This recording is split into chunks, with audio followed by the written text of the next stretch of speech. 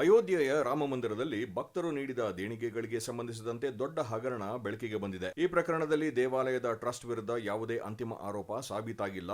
ಆದರೆ ಭಕ್ತರ ದೇಣಿಗೆ ಹಣದ ಕಳ್ಳತನ ಮತ್ತು ದುರುಪಯೋಗದ ಆರೋಪಗಳ ಕುರಿತು ತನಿಖೆ ನಡೆಯುತ್ತಿದೆ. ತನಿಖಾಧಿಕಾರಿಗಳ ಪ್ರಕಾರ ಭಕ್ತರು ನೀಡಿದ ನಗದು ದೇಣಿಗೆ ಮತ್ತು ಇತರ ಕಾಣಿಕೆಗಳನ್ನು ಅಧಿಕೃತ ಬ್ಯಾಂಕ್ ಖಾತೆಗಳಿಗೆ ಜಮಾ ಮಾಡುವ ಮೊದಲೇ ಅಕ್ರಮವಾಗಿ ಬೇರೆಡೆಗೆ ವರ್ಗಾಯಿಸಲಾಗಿದೆ ಅಥವಾ ದುರುಪಯೋಗ ಪಡಿಸಿಕೊಳ್ಳಲಾಗಿದೆ ಎಂಬ ಶಂಕೆ ವ್ಯಕ್ತವಾಗಿದೆ. ಈ ಕೃತ್ಯವನ್ನು ಕೆಲವೇ ವ್ಯಕ್ತಿಗಳು ನಡೆಸಿದ್ದಾರೆಯೇ ಅಥವಾ ಇದರ ಹಿಂದೆ ದೊಡ್ಡ ಜಾಲವಿದೆಯೇ ಎಂಬ ಬಗ್ಗೆ ತನಿಖೆ ನಡೆಯುತ್ತಿದೆ. ಈ ಪ್ರಕರಣಕ್ಕೆ ಸಂಬಂಧಿಸಿದಂತೆ ಇದುವರೆಗೆ 8 ಮಂದಿಯನ್ನು ಬಂಧಿಸಲಾಗಿದೆ. ದೇವಾಲಯಕ್ಕೆ ಸಂಬಂಧಿಸಿದ ಬ್ಯಾಂಕ್ ಖಾತೆಗಳಿಂದ ಹಣವನ್ನು ಹಿಂಪಡೆಯಲು ನಕಲಿ ಅಥವಾ ಕ್ಲೋನ್ ಮಾಡಿದ ಚೆಕ್ಗಳನ್ನು ಬಳಸಲಾಗಿದೆಯೇ ಎಂಬುದನ್ನು ಪೊಲೀಸರು ತನಿಖೆ ನಡೆಸುತ್ತಿದ್ದಾರೆ. ಜೊತೆಗೆ ಬ್ಯಾಂಕಿಂಗ್ ಮತ್ತು ಲೆಕ್ಕಪತ್ರ ವ್ಯವಸ್ಥೆಯಲ್ಲಿದ್ದ ಲೋಪಗಳಿಂದ ಈ ಅಕ್ರಮ ನಡೆಯಲು ಅವಕಾಶ ಸಿಕ್ಕಿತೆ ಎಂಬುದನ್ನು ಅಧಿಕಾರಿಗಳು ಪರಿಶೀಲಿಸುತ್ತಿದ್ದಾರೆ. ಪ್ರಕರಣದ ಗಂಭೀರತೆಯನ್ನು ಗಮನಿಸಿ ಉತ್ತರ ಪ್ರದೇಶ ಸರ್ಕಾರ ವಿಶೇಷ ತನಿಖಾ ತಂಡ ಎಸ್ಐಟಿ ರಚಿಸಿದೆ. ಎಸ್ಐಟಿ ದೇವಾಲಯದ ಆಡಳಿತಕ್ಕೆ ಸಂಬಂಧಿಸಿದ ಹಲವಾರು ಅಧಿಕಾರಿಗಳನ್ನು ವಿಚಾರಣೆ ನಡೆಸಿದ್ದು, ಕೆಲವರಿಗೆ ಹೇಳಿಕೆ ದಾಖಲಿಸುವವರಿಗೆ ಅಯೋಧ್ಯೆಯನ್ನು ತೊರೆಯದಂತೆ ಸೂಚಿಸಿದೆ. ಎಸ್ಐಟಿ ತನ್ನ ಪ್ರಾಥಮಿಕ ವರದಿಯನ್ನು ಸರ್ಕಾರಕ್ಕೆ ಸಲ್ಲಿಸಿದ್ದರೂ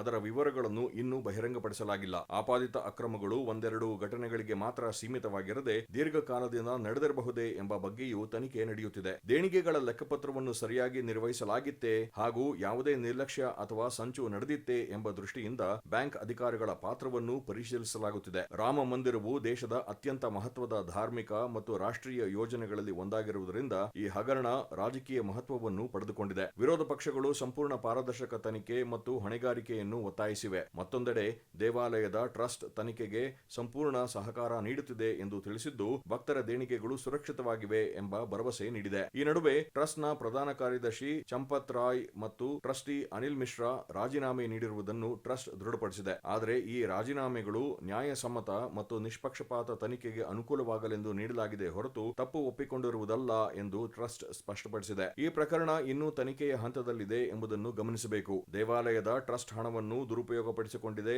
ಎಂದು ಎಸ್ಐಟಿ ಇದುವರೆಗೆ ಯಾವುದೇ ಅಂತಿಮ ತೀರ್ಮಾನಕ್ಕೆ ಬಂದಿಲ್ಲ. ಹಾಗೆಯೇ ಯಾವುದೇ ನ್ಯಾಯಾಲಯವು ಈ ಪ್ರಕರಣದಲ್ಲಿ ಅಂತಿಮ ತೀರ್ಪು ನೀಡಿಲ್ಲ. ಆದ್ದರಿಂದ ಅಂತಿಮ ಸತ್ಯವು ತನಿಖೆ ಪೂರ್ಣಗೊಂಡು ನ್ಯಾಯಾಲಯದಲ್ಲಿ ಸಾಕ್ಷ್ಯಾಧಾರಗಳನ್ನು ಪರಿಶೀಲಿಸಿದ ಬಳಿಕವೇ ಸ್ಪಷ್ಟವಾಗಲಿದೆ. ಸಂಕ್ಷಿಪ್ತವಾಗಿ ಹೇಳುವುದಾದರೆ, ಈ ಹಗರಣವು ಭಕ್ತರ ದೇಣಿಗೆ ಹಣದ ಕಳ್ಳತನ ಅಥವಾ ದುರುಪಯೋಗ, ಹಣಕಾಸು ವ್ಯವಸ್ಥೆಯಲ್ಲಿನ ಲೋಪಗಳು ಮತ್ತು ಮೇಲ್ವಿಚಾರಣೆಯ ಕೊರತೆಗೆ ಸಂಬಂಧಿಸಿದ ಆರೋಪಗಳ ಸುತ್ತ ಕೇಂದ್ರೀಕೃತವಾಗಿದೆ. ತನಿಖೆ ಇನ್ನೂ ಮುಂದುವರೆದಿದ್ದು, ಎಸ್ಐಟಿ ವರದಿ ಮತ್ತು ನ್ಯಾಯಾಲಯದ ಮುಂದಿನ ತೀರ್ಪಿನ ಬಳಿಕವೇ ಪ್ರಕರಣದ ಸಂಪೂರ್ಣ ಸತ್ಯ ಹೊರಬೀಳಲಿದೆ.